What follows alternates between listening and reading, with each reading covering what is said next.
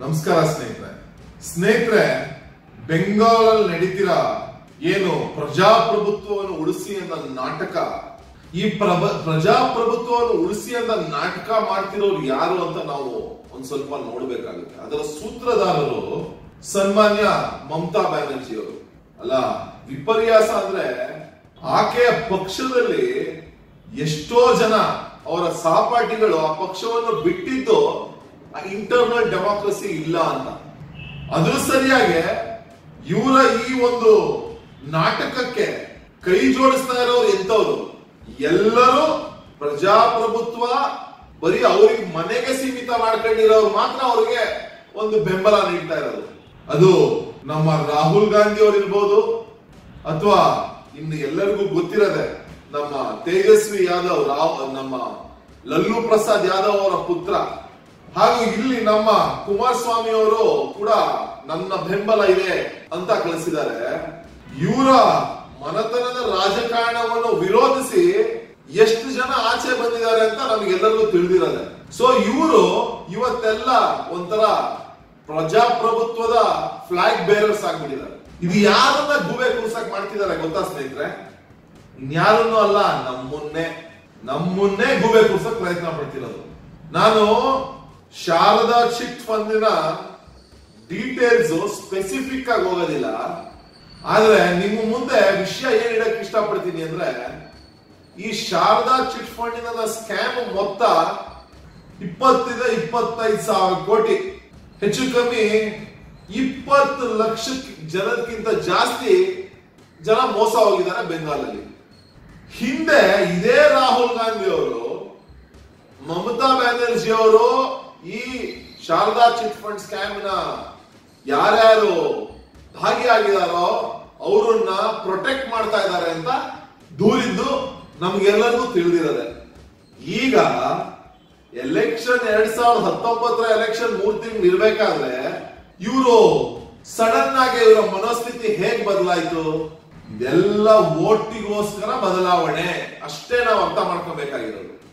ಯಾಕೆ ಅಂದ್ರೆ ಈಗ ನಮ್ಮ ಪ್ರಧಾನಮಂತ್ರಿಯವರು ತಗೊಂಡಿರೋ ಕೆಲವು ಕಪ್ಪು ಹಣದ ವಿರುದ್ಧ ತಗೊಂಡಿರೋ ಕ್ರಮಗಳಿಂದ ಎಷ್ಟೋ ಜನ ಸಿಗಾಕೊಳ್ತಾ ಇದ್ದಾರೆ.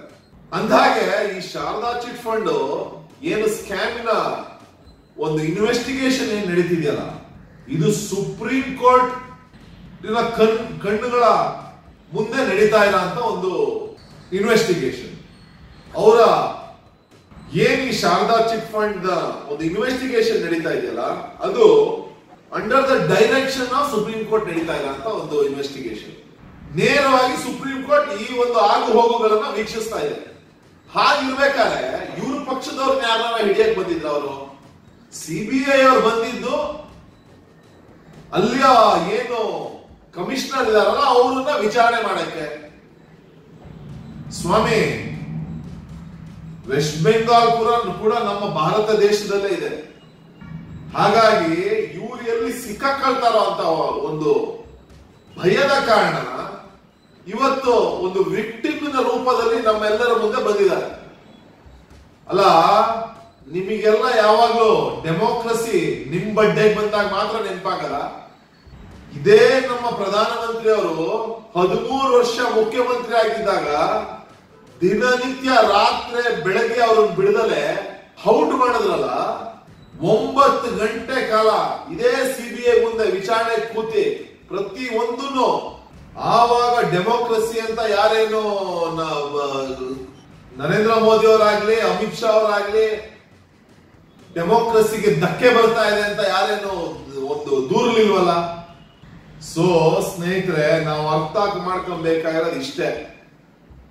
ಈಗ ವ್ಯವಸ್ಥೆಗಳು ಟೈಟ್ ಆಗ್ತಾ ಇರೋದ್ರಿಂದ ಸುಮಾರು ಜನ ಕಳ್ಳರುಗಳಿಗೆ ತೊಂದರೆ ಆಗ್ತಾ ಇದೆ. ನಾಳೆ ದಿವಸ ಎಲೆಕ್ಷನ್ ಅಲ್ಲಿ ಇವರುಗಳು ದಿನಕ್ಕೊಂದೊಂದು ಸುಳ್ಳುಗಳನ್ನ ಸೃಷ್ಟಿಸಿ ನಮ್ಮನ್ನ ನಂಬಿಸ ಅಂತ ಪ್ರಯತ್ನ ಪಡ್ತಾರೆ. ಜಾತಿಗಳ ಮಧ್ಯೆ ವೈಮನಸ್ಸು ತರ್ತಾರೆ, ದುಡ್ಡುಗಳನ್ನ ಹಂಚಿ ಪ್ರಯತ್ನ ಪಡ್ತಾರೆ. ನಾವು ಒಂದೇ ಗುರಿ, ನಮ್ಮ ಭಾರತ ದೇಶ. ಇವತ್ತು ಎಷ್ಟೋ ವರ್ಷಗಳ ನಂತರ ನಿಸ್ವಾರ್ಥದಿಂದ ಕೆಲಸ ಮಾಡೋ ಒಬ್ಬ ವ್ಯಕ್ತಿ ಸಿಕ್ಕಿದಾನೆ.